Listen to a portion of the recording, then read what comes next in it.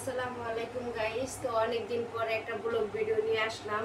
আসলে মূলত ব্লগ ভিডিওটা দেওয়া হয় না, সংসারে কামে কাজে ব্যস্ত থাকি। তো গরিবের একটা মুরগি, এই যে দেখুন আপনাদের ভাইয়া আনছে। তো দুপুর লাঞ্চে আমি ওটা কাটি নেই, এখন আমি এটা কাটবো। এই জন্য ভাবলাম আপনাদের সাথে একটু গল্প করি, একটা বিনোদন দেই আর মুরগিটা কাটি। তো আপনারা দেখুন আমি কাটতেছি। তো আমার মিনুটা আবার এই যে ঠ্যাঙের এই চামড়াগুলো আছে। তো আপনাদের বাইরে যখনই মুরগি আনে এরকম কয়েকটা ঠ্যাং বেশি আনে, তো এরই আমার বাচ্চাদেরকে আর কি আমি বেসন দিয়া ভাজা দিই। তো আমার বাচ্চারা খুব মজা করে খায়। তো এই যে মুরগিটা কাটতেছি, আপনারা দেখুন। তো সাথে আমার মিনুও খাইতেছে। এই যে মুরগিটা কাটাকাটি করতেছি। আসলে গরিবের যা যাই, তো আমরা গরিব মানুষ, অত ভালো কিছু নাই ভাই, দেখাতে পারি না, যেটুকু আছে আপনাদের সাথে শেয়ার করি।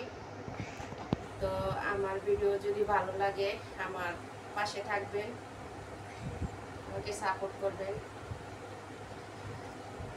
কয়েকদিন যাবত দিতে পারি না ভালো।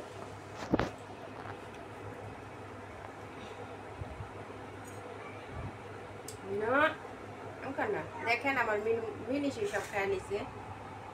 অবশ্যই এটি অনেক পছন্দ করে।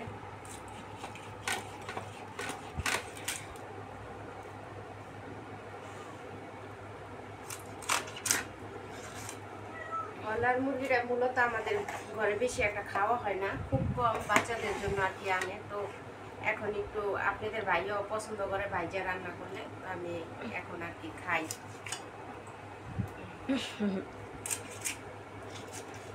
মূলত বেশিরভাগ এটা রোস্ট করি, আর ওদেরকে একটু মোমো টোমো বানাই দেয় বেশিরভাগ। তো যেহেতু আমি এটি রোস্ট করবো, একটু বড় বড় করে কাটলাম। না কিসে এই যে না,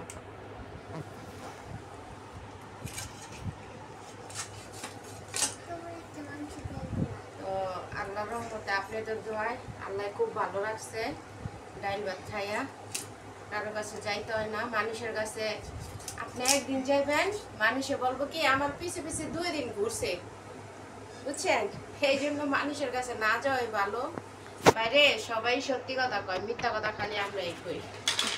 একজনের সাথে কথা বলার জন্য গেছিলাম হাতিকরা, এই জন্য সে বলছে কি, আমার স্বামীর কাছে বলছে যে আমার পিছে পিছে 2 দিন পর্যন্ত ঘুরছে। সেই মহিলাটার কারণে আমি মায়েরও খাইছি। তো যাক, বইলা লাভ নেই। এই জন্য মনে করেন মানুষের সঙ্গ ছাইরা দিছি, কারো ভালোও করতে চাই না, কারো খারাপও করতে চাই না।